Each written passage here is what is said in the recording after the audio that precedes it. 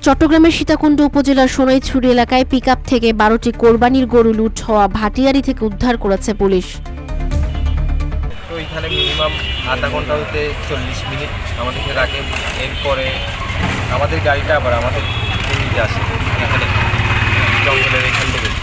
তো তখন গরু ছিল না, আমাদেরকে চোখ বন্ধ অবস্থায় ওইখান থেকে জঙ্গল থেকে নিয়ে গিয়ে লিঙ্ক রুটে মধ্যখানে নিয়ে গিয়ে ফেলে। তো যারা ওদের চিন্তাকারী ওদের একজনই লোক নিয়ে গেছে আমাদেরকে।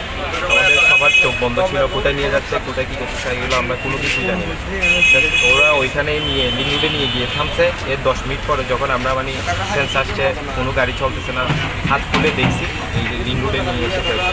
ওইখান থেকে আবার এইখানে যোগাযোগ করছে ডিরেক্ট ওইখান থেকে। হ্যাঁ, সীতাকুণ্ড মডেল থানায় এখানে এসে ইনফর্ম করছে। RICL TMX, যুগের পর যুগ স্থাপনা থাকে মজবুত।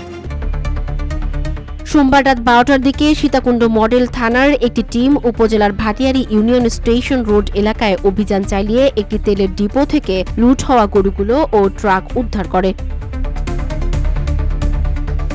জানা যায়, গত শনিবার দিবাগত রাতে চট্টগ্রামে বিক্রির উদ্দেশ্যে ব্যবসায়ী মাহফুজ পিকআপ ভ্যানে করে 12টি কোরবানির গরু নিয়ে যাচ্ছিলেন। এ সময় ঢাকা চট্টগ্রাম মহাসড়কের সোনাইছড়ি ইউনিয়নের বগুলা বাজার এলাকা অতিক্রমকালে ডাকাতরা পিকআপ ভ্যানটি গতিরোধ করে 12টি কোরবানির গরু লুট করে নিয়ে যায়।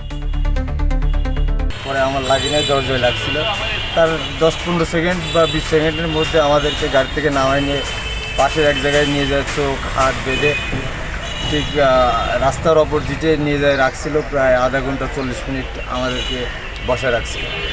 পরে ডাকাত দলরা আবার 40 মিনিট পরে আমাদের ঠিক আমার গাড়িতেই আবার খালি করে নিয়ে এসে আমাদেরকে উঠায়ে ওনারা কালুসর মাজার এখানে লিঙ্ক রোডের এই মিডিল মধ্যেখানে আমাদেরকে আবার রেখে ওরা চলে যায়।